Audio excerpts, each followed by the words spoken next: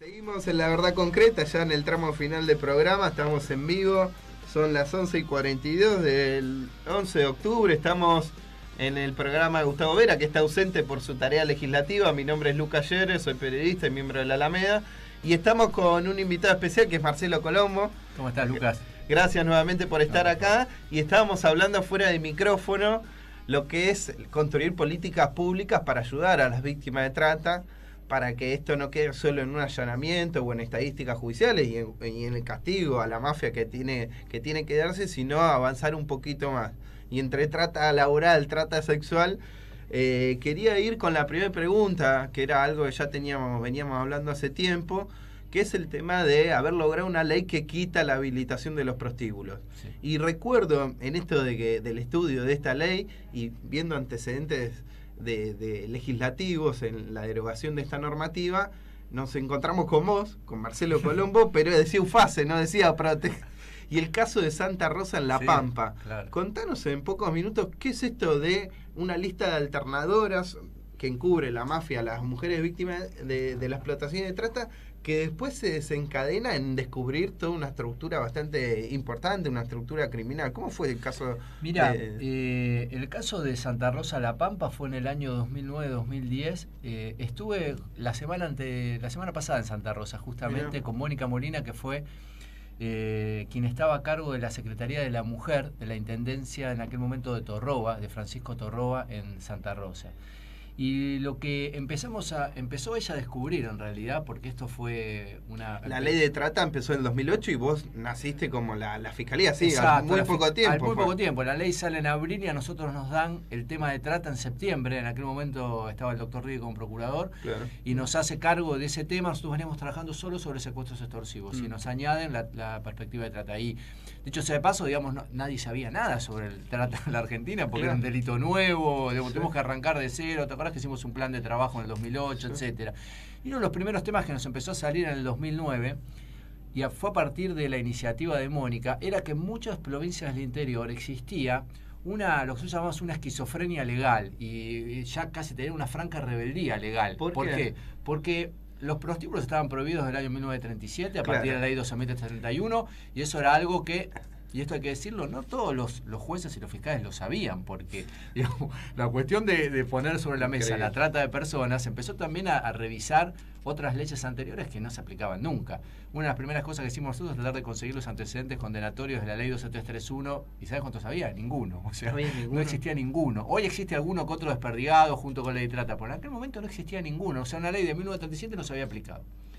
Y entonces Mónica nos dice, mirá, Marcelo, acá en Santa Rosa existen ordenanzas municipales que habilitan whiskerías, bares, pools por un lado, ponen la figura alternadora, y por otro lado existen ordenanzas de alternadoras que les piden a esas mismas chicas cuidado ginecológico, con lo cual si vos unís las dos ordenanzas y las dos trámites de habilitación, está frente a un prostíbulo, porque obviamente a ninguna otra persona se le pide cuidado ginecológico, estaban inscriptas las chicas.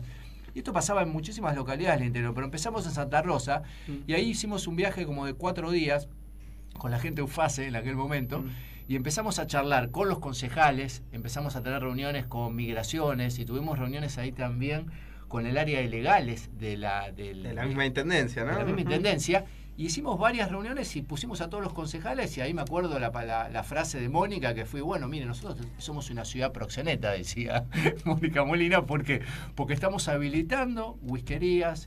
Pero esto era algo que francamente estaba soterrado, ¿viste? Como muy... Todo está naturalizado y ella viene con esa lógica de género, ¿no? Porque era subsecretaria de género. Exactamente, ella viene con la lógica de género, con una construcción, digamos, del feminismo, ya muy conocedora de muchas... Ella venía peleando, me acuerdo, por el caso de Andrea, que había, me acuerdo el apellido ahora, pero que había desaparecido en manos de un boxeador, un caso muy paradigmático en La Pampa, que si bien el tipo no estaba a cargo de un prostíbulo, sí lo explotaba sexualmente. Marcelo, ¿por qué la mafia elige la provincia de La Pampa? Que uno cree que no, desde Buenos Aires no tiene la lógica de pensar La Pampa es un lugar de trata sexual. Sí, La Pampa y todo el sur, Lucas. Y en La Pampa estaba el caso de ese famoso de Luca, que no sé si te acordás, que era un tipo que tenía varios prostíbulos en Santa Rosa, en General Pico, también en Machaquín. Sí. Y él en ese lugar, primero que es una ruta de paso hacia el sur, digamos, y había una alimentación en esos prostíbulos, mucha gente que tenía campos ahí y que también iba al sur a otros campos.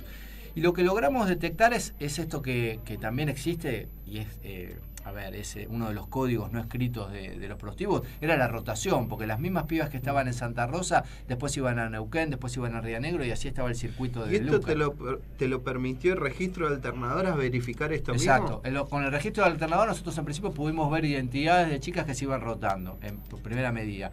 Y segundo, lo que salió a decir, ahí estuvo muy bien el intendente de Francisco Torroba, sí, que salió a bancar la Mónica y a bancar todo este proyecto en la legislatura, sacaron 2 ordenanzas que derogaron absolutamente las whiskerías, empezaron a cerrarse junto con allanamientos en Santa Rosa de la Pampa. Y fíjate vos que el primer caso que llega a juicio oral sobre un intendente procesado por el delito de trata como encubridor, que es el intendente de Lonquimay, otra intendencia. Fuertísimo, un intendente, ese Rogers, es un tipo que cuando se empezaron a cerrar las whiskerías, los prostíbulos básicamente, en Santa Rosa, el tipo sale a defenderlos públicamente, y es uno que dice, ojo, este es un lugar de contención espiritual, capaz que te acordás, pero escandaloso. Hubo varios que justificaron. Y este tipo salió inmediatamente a defenderlos cuando empezó toda esta movida. Y desde la Fiscalía lo que hicimos fue investigarlo, le cruzamos los teléfonos al intendente junto con el comisario y el dueño del prostíbulo, y veíamos que hablaban asiduamente, y además hablaban más asiduamente en los momentos de los procedimientos y los allanamientos, con lo cual el tipo con fuertísimo. Intendente, jefe de la policía y los dueños de los prostíbulos. Es el combo del que hablaba la Suic Migral, de que hablaba, me acuerdo, el comisario Sogaray, cuando dice la trilogía, ¿te acuerdas? Sí, la trilogía del placer, el tipo decía municipios, intendente y fuerza policial. ¿Y ahora La Pampa cómo está? Y ahora La Pampa, mira, fuimos el otro día, no hay ningún, o sea, los prostíbulos abiertos no existen más, pero como vos bien sabés, esto recicla, y en eso estuvimos hablando también con Mónica, de qué manera uno podía... ¿Ella sigue como...? No, ella está como asesora de lo que es la intendencia, pero no sigue a cargo de la Secretaría de la Mujer, lamentablemente. Pero la mafia encontró el lugar para reciclarse. Sí, incluso tiene hay muchas chicas en situación de calle, que ella está trabajando desde una organización civil con ellas, también, que es una forma también que se reciclaron y que siguen, digamos, patrocinadas y dominadas y sometidas por otro claro, no es que están por cuenta propia en la calle. Yendo a la ciudad de Buenos Aires, porque se nos va el programa y es muy enriquecedor lo que estás diciendo, cómo después una ciudad como Buenos Aires, la ciudad más importante de la República Argentina, replica el mismo encubrimiento que estás contando en Santa Rosa de la Pampa, y lleva hace 40 años una ordenanza que encubre la figura alternadora y que también habilita prostíbulos donde vos has tenido investigaciones, donde se ha demostrado la trata, el proxenetismo, la explotación sexual.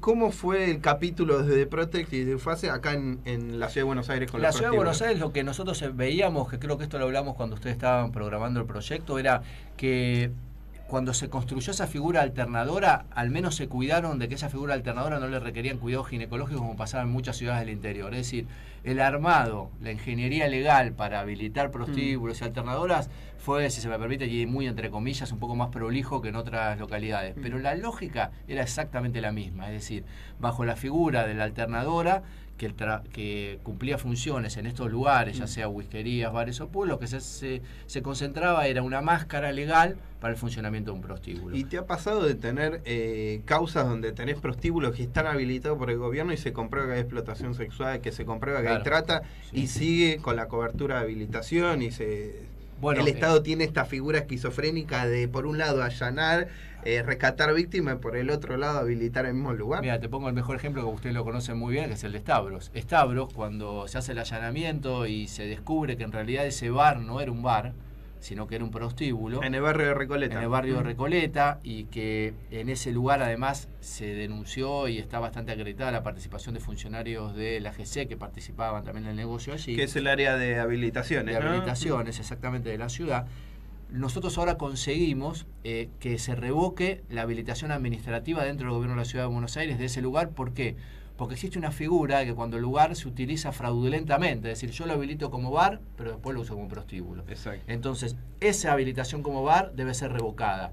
Y al revocarse esa habilitación, permite incluso a las autoridades judiciales penales avanzar sobre posible encautamiento de ese lugar, porque en realidad lo que se hizo fue una habilitación fraudulenta y la utilización de esa habilitación fraudulenta para fines precisamente de comisión de delitos tan graves como la trata. Que ahora esto es nuevo, esto es nuevo. No salió a la luz. Esto no salió a la luz, pero bueno... Que Strabo ya no tiene más habilitación. No tiene más habilitación. Strabo ya fue revocada la habilitación que en su momento se le había dado para... Ustedes hicieron una presentación, vos en tu calidad Federico de fiscal. Delgado y yo.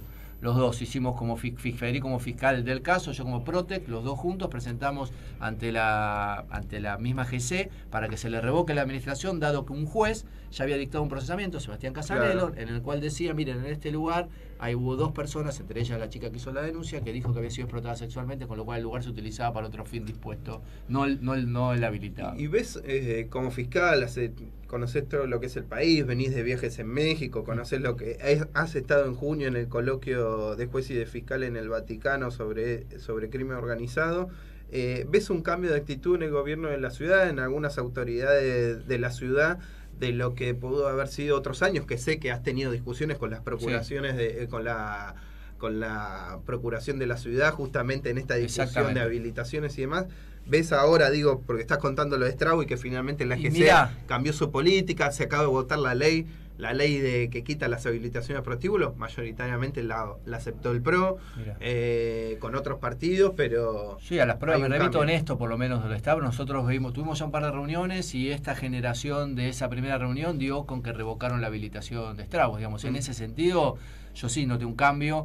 En aquel momento, después de que tuvimos esa pelea, tuve varias reuniones con autoridades del gobierno de la ciudad, en donde se pusieron a trabajar también en cambiar esa política, porque ellos lo que decían es, hasta que no existe una condena por trata, nosotros no podemos revocar la administración, lo cual, desde el punto de vista jurídico, para nosotros y después ellos también lo terminaron aceptando así, era equivocado, porque el control sobre esos lugares es una potestad administrativa a la cual ellos no pueden renunciar. Y ahora con la ley, ya con la ley ya no tiene margen. Ahora con la ley no hay ningún margen. Eso tiene de muy bueno la ley también, que no permite ya ningún resquicio para escabullirse ni habilitar lugares donde uno pueda esconder un prostíbulo. ¿Puede pasar en la ciudad de Buenos Aires que suceda lo de Santa Rosa? Te hago como última pregunta, esto de que se termina descubriendo a partir del registro de alternadoras, porque sé que la ley tiene 90 días para aplicarse, va a haber hay toda ya una batalla porque hubo scratches de algunos sectores en la legislatura, ya han salido algunos referentes de prostíbulos muy conocidos como Mar Suárez a criticarlo.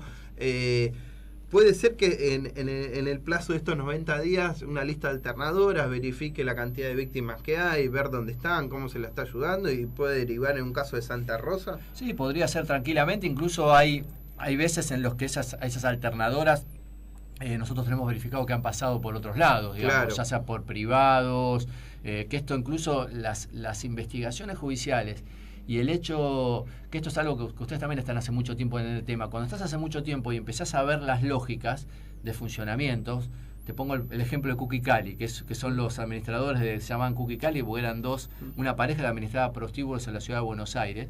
Cuando empezamos en el 2008-2009 empezamos a ver que esos nombres salían y después en el 2011 terminamos realmente armando una buena denuncia contra ellos y localizando todos estos lugares. El tiempo a vos te permite tener una mirada completa y armar la pintura completa sobre esa gente. Y me parece que estos registros en algún caso nos permitían también unir lugares, es decir, las chicas que estaban en tal lugar, suponete en Estrabos, también estaban en otro lugar o estaban en otro prostíbulo o en otro privado. Así que yo lo celebro. Además, Alejandra estuvo en la discusión parlamentaria, Alejandra es la otra fiscal que me acompaña a mí en Protex, así que nosotros vamos a acompañar en esta movida que, como vos bien señalabas, nació para nosotros en el 2009 cuando nos dimos cuenta que el país estaba de vuelta en este tema.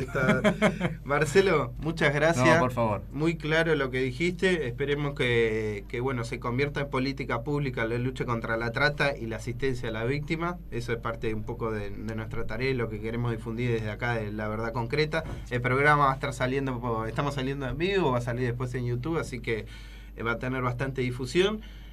Nos fuimos, Julia, la operadora ya nos sacó un revólver, nos está apuntando, dice que nos vayamos.